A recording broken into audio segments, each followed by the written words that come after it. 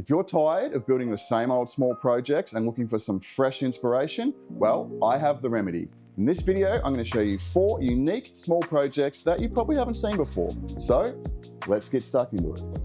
The problem with trending woodworking projects is that everybody's making them. And to sell your work, you need to stand out in a saturated market. Whether you have an Etsy shop or you sell at local markets, or maybe you just want to make some unique things for your friends or family that they'll love. These small projects range from a beginner level to more advanced. But I'm also going to share how I find inspiration on the fly and how you can use my methods to make pieces that are uniquely yours. To get started, we're going to make some bottle openers.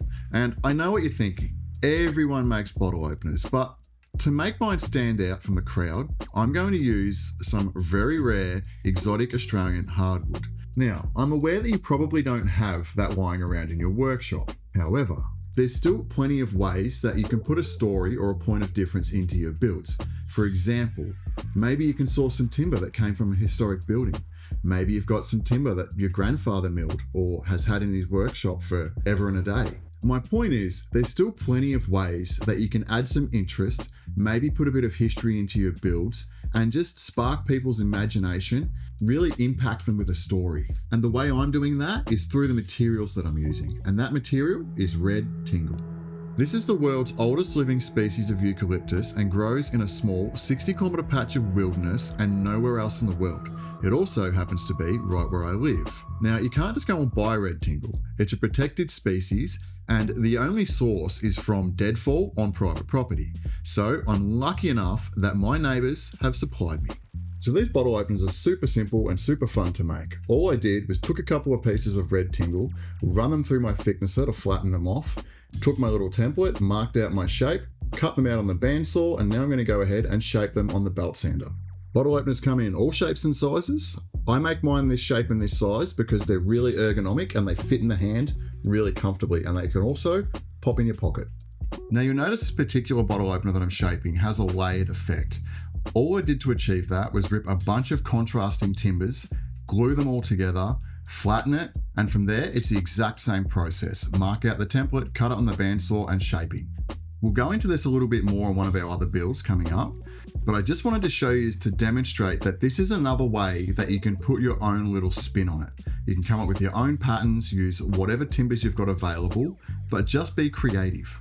Now that we've got our blanks shaped and sanded, we can go ahead and mark our pilot holes. The reason we need a pilot hole is we're going to use a bunch of different sized Forstner bits on either side of the bottle opener. And that's so that we can fit the hardware. One side will have the bottle opener itself and the other side will have a little rare earth magnet. Now, my personal opinion, I think Forstner bits are one of the most underrated kit that you can have. If you haven't got a set, definitely do yourself a favor and go and get some. They are way more versatile than they first appear. And I know you're probably wondering why I drilled a pilot hole if I'm going to use Forstner bits that have a self-centering tip. We're going to be using different size Forstner bits, starting with the biggest and working down in sizes. This is to create a stepped effect. The first Forstner bit is to allow clearance for the bottle opener hardware itself to sit flush. The next one is to create space for the actual bottle cap to fit in under the bottle opener hardware.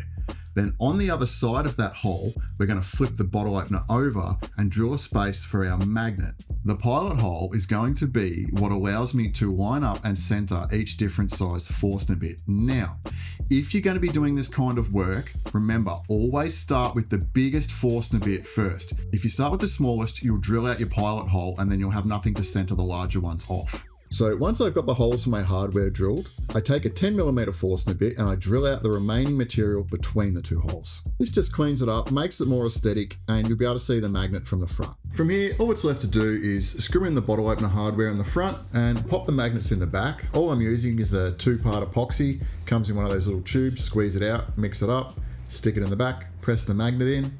We'll pop some oil on these bad boys and we'll move on to the next thing. This next project I originally designed to be a pen holder to go on your desk. I'm now calling it a vessel because I've realized how diverse it actually is and how many things you could use it for. Could be a pen holder, could put your dried flowers in it. If you had a big enough Forstner bit, you could even make it into a stubby holder. But this all started when I got inspired by watching people making wood turning videos and then making these cups and vessels and pen holders and whatever. But I don't have a lathe. So I decided to take on the challenge and see if I could make one of these using only Forstner bits and my belt sander. Let's see how it turned out. I kicked this project off by milling up a piece of marri. Now, marri is another one of my favourite Australian hardwoods, and that's because its blonde colour contrasts so well against the rich colours of our other native Australian hardwoods like jarrah, red tingle and she oak. So it makes a beautiful feature timber. However, it is extremely notorious for having massive sap veins and sap pockets. So much so that when you cut down a marri tree or you slice up a marri log, the sap literally comes spewing out of it. And most marri slabs end up as epoxy tables. I'm very lucky to have such a clean piece, so I'm going to use it up. And you're probably thinking, Dino, what the heck are you doing here, man? This looks nothing like a cup or a vessel. Well, let me tell you. So I've milled my piece of marri to 80 millimeters wide. Then I've gone and I've marked a bunch of squares that are also 80 millimeters wide. Then I've found the center point of that to use as a reference to draw out the outer diameter of my circle. Then I'm going to go ahead and drill out with my Forstner bit a smaller circle. Then that outside circle will become the line that I'll follow on my bandsaw. Now, the biggest issue that I'd foreseen was how was I going to line up the internal diameter of each circle perfectly? I didn't want to have to do a bunch of shaping on the inside of these, and I had one of those epic aha moments. I drilled a 50 millimeter hole in each one of these, and I just happened to find this 50 millimeter piece of poly pipe in one of my cupboards, and it just fit perfectly. So that's what I used to line everything up. This will also come in handy when it comes to the shaping of them. So the process was as simple as putting glue between all the layers, stacking them up, and then sliding the piece of poly pipe through, lining everything up, and then just popping a couple of clamps on it. And once I had the clamps on, I ever so gingerly slid the poly pipe out, being really careful not to disturb the stacking of the layers. This is the kind of work that I really enjoy doing, just making things on the fly and problem solving as I was going. This is a technique that I would definitely use again, and I will go out of my way to find other things that I can apply this technique for. So once my glue was dry, I removed the clamps, I slid the poly pipe back in to act as a handle. I went over and set up my belt sander, and that's where I'm going to do all my shaping. And the process was as simple as just rotating it and taking the bulk of the material off until I got it somewhat round. So I'm still going to call myself a wood turner because technically I'm turning the wood. Although if you are a wood turner, you have my absolute respect because lathes terrify me. Now, I had to do a bit of sanding on the inside. There was a little bit of glue squeeze out that sort of smeared when I slid the poly pipe in. All I'm going to do is wrap a piece of sandpaper around a big fat dowel and just slide it in and out until it's smooth. Once I had my initial shaping done, I glued on a little end cap, clamped it up, waited for it to dry, and then once it was dry, I took it back over to the belt sander, shaped that little end cap to match the rest of the vessel. Then it was over to the router where I put a little round over on the top and the bottom. After that, I put on one of those little foam squishy pads that go in your orbital sander, attached a piece of 120 grit sandpaper and gave everything a really nice final sand. And then the only thing that's left to do is put on some oil and bring these bad boys to life. And I really cannot believe how well these turned out. They're not as cylindrical as they would be if you did it on a lathe. They've got a couple of spots that are, I don't know, a little bit oval shaped, but unless you really pay a lot of attention and rub your hand across it, you really can't tell. I could have spent another however long really fine tuning it, but I didn't think there was any need. This was one of those builds that was completely experimental to see if I could do it, and I think I pulled it off beautifully. I've had a lot of success selling these bookends, and I think the reason for that is their clean and classic design. They're simple to make, and because they look like books themselves, they don't really detract from the person's library. They kind of add to it and complement it. Now I'm going to take the opportunity to use up a couple of pieces of wood that I haven't been able to find a project for. They've had this big weird ugly sap pocket all the way through them. I'm going to take the opportunity to use it up. I'm going to run it through the thicknesser until that sap pocket's completely gone. They'll be nice and thin, and they'll be the perfect thing to replicate book covers. And after a brief sand, I'm going to take them over to the miter saw and chop them to size. Now, to make the part of the book that mimics the pages, I'm going to use a piece of this 𝗟𝗡 that I used earlier. I'm going to cut 2 sections of it, but when I cut them, I'm going to make it 5mm shorter and 5mm narrower. And now you can see why. By cutting the page section smaller, it makes it look more like a book. And you can play around with your dimensions or your wood types, your thicknesses, whatever you like. For me, I'm kind of going for that kind of vintage leather-bound look. And now it's time for some glue, and something to consider. Put your glue on the page section and not the cover section. Otherwise, you might spread your glue too far to the edge, and then you'll have glue on the inside of the book covers visibly. And that's going to be a pain in the butt to sand off, so this way's easier. And once you've got your 2 covers glued on, go ahead and pop some clamps, set it aside, let it dry, and we'll mill up a piece to make the spine of the book. And to do this, all I did was find a scrap piece that color matched the front and back panel. I resawed it on the bandsaw, and then I ran it through the thicknesser until I had it down to the right size. Now, you know, in a real book, between the spine and the cover, there's that little sort of dimply bit that defines the spine from the cover, I guess where the book naturally folds. To mimic that, I'm going to get my block plane and just put a little chamfer on the back edge on both sides of these books, and then I'll glue the spine on. It's little details like this that transform it from just being a bunch of wood glued together to making it more identifiable as a book. And while that's drying, we need to go and make some supports because these books aren't going to hold anything up just on their own. To do that, I'm going to mill down another piece of jarrah, and I'm basically going to make some little L-shaped brackets screwed together in a butt joint, and then I'm going to cut a piece at a 45 to brace that together and screw that in as well. And to attach these L brackets to the books themselves, nothing fancy, just glue. There's more than enough surface area to create a really strong permanent bond. After we get that done, we're going to pop some oil on and move on to our 4th and final project, which also happens to be the most epic project. Building these got me more excited than I've been in the workshop for a really long time. And I know I'm not the first person to build a gaming controller and headphone stand. However, I was inspired to build something completely unique that nobody had ever seen before, and also make it semi-flat pack to cut down for the shipping cost. I also knew that I wanted this to contain multiple species of timber. And I also wanted to incorporate as much dowel work as possible. Doweling things has been something I've been thinking about a lot lately, and I've been contemplating the precision involved. So I really wanted to try and work on those skills and expand those skill sets. And I'm going in completely blind here. I have no idea at this point how this is going to come together. All I know for now is that I'm going to need a base. And earlier I was talking about how we were going to retouch a little more on making layered things. Well, this is where we're going to do it. So the process for this is actually super simple. All I've gone and done is picked a bunch of different species of wood, and I've just milled them on my table saw to different thicknesses. By doing that, it creates a really unique effect. You can really go down a rabbit hole with doing this kind of stuff, especially with chopping boards. But we're not making a chopping board, so we're going to keep this design fairly simple. And with this type of work, it's always good to lay your pattern out first and make sure you're happy with it and everything lines up correctly. The last thing you want to do is put glue on and then realize it's not going to work. And I'm also going to take the opportunity to touch on these clamps a little. I get so many comments from people asking me, where do you get those clamps from?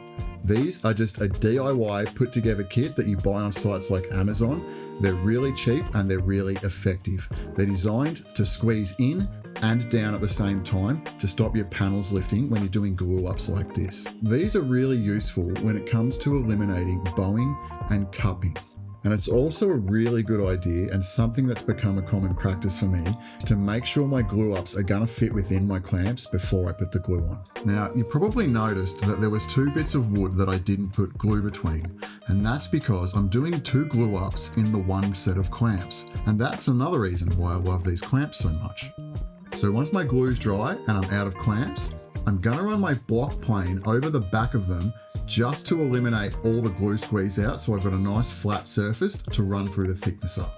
And then once I get them all nice and smooth, I'll give them a quick sand, take them over to the miter saw and dock them up into their final size. And from there, I'm just going to take them over to the router table, pop a little round over. This will just give it a nice clean look and elevate it a bit. So we've got ourselves a nice sexy base. Now we need to build up from there. So I've taken some more jarrah and I'm just going to cut it into strips. And because I'm building without a plan, all I needed this to be was something to build the rest of the structure off. This doesn't have to be pretty, it's literally the backbone to build off. So once I've got everything round overed and sanded and everything's looking all smooth and pretty, I'm gonna find a location to attach these with some screws. Now, earlier I said that there was gonna be a flat pack component to this for shipping. Well, this is it. So the neck with the controller holder and the headphone holder is gonna separate from the base via 2 screws. And this is something that should be really simple for anyone that receives them that owns a screwdriver to just screw the screws back in. And I've found the most precise way to do this with the tools I have is by using brad point drill bits. They're just like a little twist drill, but they have a little self-centering tip that allows you to get your hole spot on. And then once I've got all my holes drilled, I'm going to go and do a little countersink so the screw heads have got somewhere to hide, take it back to my workbench, assemble them, and then move on to controller holders. Now for these controller holders, I went down a bit of a rabbit hole of making templates and shaping templates, and I had about 3 or 4 different designs. They all seem overcomplicated and kind of just detracted from the base. And I decided to do away with the templates and just do a little 3-layered section to complement the base and tie all the colors in. And doing this will give me the opportunity to work on my precision hole marking and drilling and doweling things. But before we get to putting in dowels, I'm going to glue and clamp all these up and set them aside to dry, and then I'll go through and add dowels just to reinforce everything. Now, because I want my holes to be really precise and I'm going to be drawing on these a fair bit, I'm going to cover them in some tape. That'll do 2 things. 1, it'll be a lot less sanding to remove the excess lines later, and 2, it'll make my lines a lot more visible. Once I had all my holes marked out, it was time to become an absolute hole drilling madman because I've got to drill 140 holes.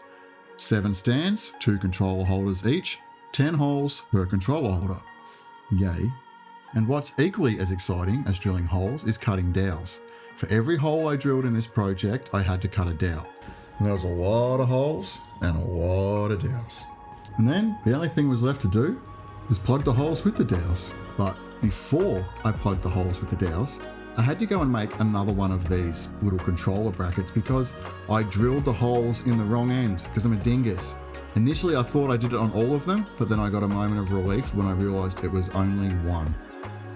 Not much to see here. I'll spare you most of the details. Only thing you need to know, I plugged the holes with the dowels. I'm not worried about their length here because I'm going to cut them to size on the bandsaw and then sand them flat. The only 2 I'm going to leave long is the 2 on the very front that will stop the controller sliding off the stand. One thing I should mention is I used a little wood spacer when putting the controller holder on the neck just to create a little bit of a gap, and this was purely just a style choice. So I set all the controller holders in place. Once I was happy with their location, I went through, drilled the holes into the neck, popped some dowels in, and same process as before. Trim, sand, and move on to the final part of the build, and the most creative part of the build, the headphone rest. Now, I wanted this headphone rest to be the absolute focal point of the stand. So to get going, I had to work out the dimension, how high this needed to sit, taking into account that different people's headsets might be different heights. So I tried to allow as much room between the bottom of my headphones and the top of the controller, just to allow a little bit of buffer. For me, this was the most exciting part of this build because it really got me thinking about balance and negative space. If this is going to be the focal point, it needs to be really balanced and it needs to pack a lot of detail. For me, the design was looking a little too simplistic, and I needed to come up with something that really added a lot of character and a lot of design. And being that the headphones go in your head, I was thinking of kind of like a crown or a headdress. Needed to fill the negative space under the headphone band really well, which wasn't really the easiest thing in such a small piece. Kind of pushed me to my limits. I went through again about 4 or 5 designs until I came up with something that I was happy with. So I made my template, transferred it onto a bunch of jarrah, cut them out of my bandsaw, shaped them on my belt sander, and that gave me the silhouette. However, I needed to take things a little further. I really lacked design, so it's time for more doweling. Now in this case, the dowels are going to do a couple of things. One, they're going to tie in all the other elements together, make it all cohesive. And 2, they're also going to be functional. The dowels will be the thing that the headphones actually rest on. And 3, using dowels will allow me to incorporate more negative space into the design rather than just having a big block of wood sitting on top looking all chunky when the rest is kind of streamlined. It'll create air through it, it'll create space. Now you can see I've added a couple of Forstner holes just to take away a bit of the bulk of the material.